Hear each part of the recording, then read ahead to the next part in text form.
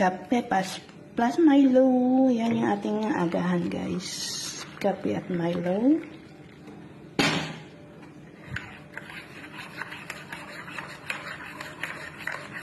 Panginoon, alagaan mo ang aking pamilya. Panginoon, maraming salamat sa mga bagong blessings na hatid ng araw na ito. Alam ko, Lord, na marami ka na namang pagpapala na ibibigay sa akin. Tulad na lang ng nagising ako sa araw na ito. Ito pa lang, alam kong may plano ka pa para sa akin. At alam ko, Lord, na lahat ng plano mo, lahat ng bagay na gusto mong gawin sa buhay ko, ikakaganda ng aking buhay. Ikaka-level up ng aking araw-araw. At alam ko din, Lord, na alam mo ang lahat na nangyayari sa aking buhay. Alam ko din na bahagi ng blessings mo sa akin ay ang pag-aalaga mo sa akin. Na gawin akong safe saan man ako mapunta at saan man ako andun. Ginagawa mong safe ang lugar na yun. At alam ko, Lord, na since ikaw ang nanguna ng aking buhay, alam kong patuloy mo akong i-guide sa mga darating na araw at panahon.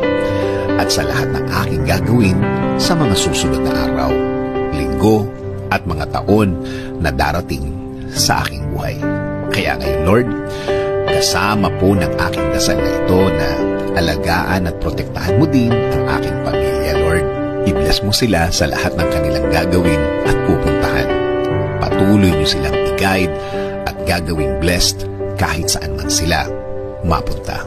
At alam ko din, Lord, na meron ka ding magandang plano para sa kanilang mga buhay. Alam kong i-guide mo din sila sa araw na ito. At patuloy mo silang babantayan sa lahat ng pagkakataon ng kanilang buhay. Patuloy niyo pong pasukin ang aming mga buhay. Patuloy niyo kaming bigyan ng direksyon sa lahat ng pagkakataon. Ilagay niyo po sa aming mga buhay ang mga tamang opportunity sa aming mga daan.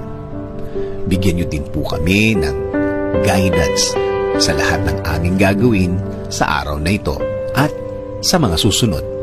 Mga gagawin na nakaayon sa inyong plano, Lord, para maging pleasing sa inyo ang aming buhay. Gawin niyo rin pong ligtas ang mga biyahe na gagawin namin sa araw na ito. Ilayo niyo po kami sa mga masasamang pangyayari na pwede naming ikapahamak. Ilayo niyo rin po kami sa mga taong gumagawa at nagpaplano palagi ng masama sa kanilang mga kapwa. Huwag niyo pong hayaan na matupad ang masamang nasa isip nila. Lord, kayo na din po ang bahala sa aming bayan. Ilayo niyo ang aming bayan sa kahit na anumang sakuna. Paunlarin niyo po ang bansang Pilipinas at lagi niyo pong gawing safe ang lahat ng Pilipino sa mundo.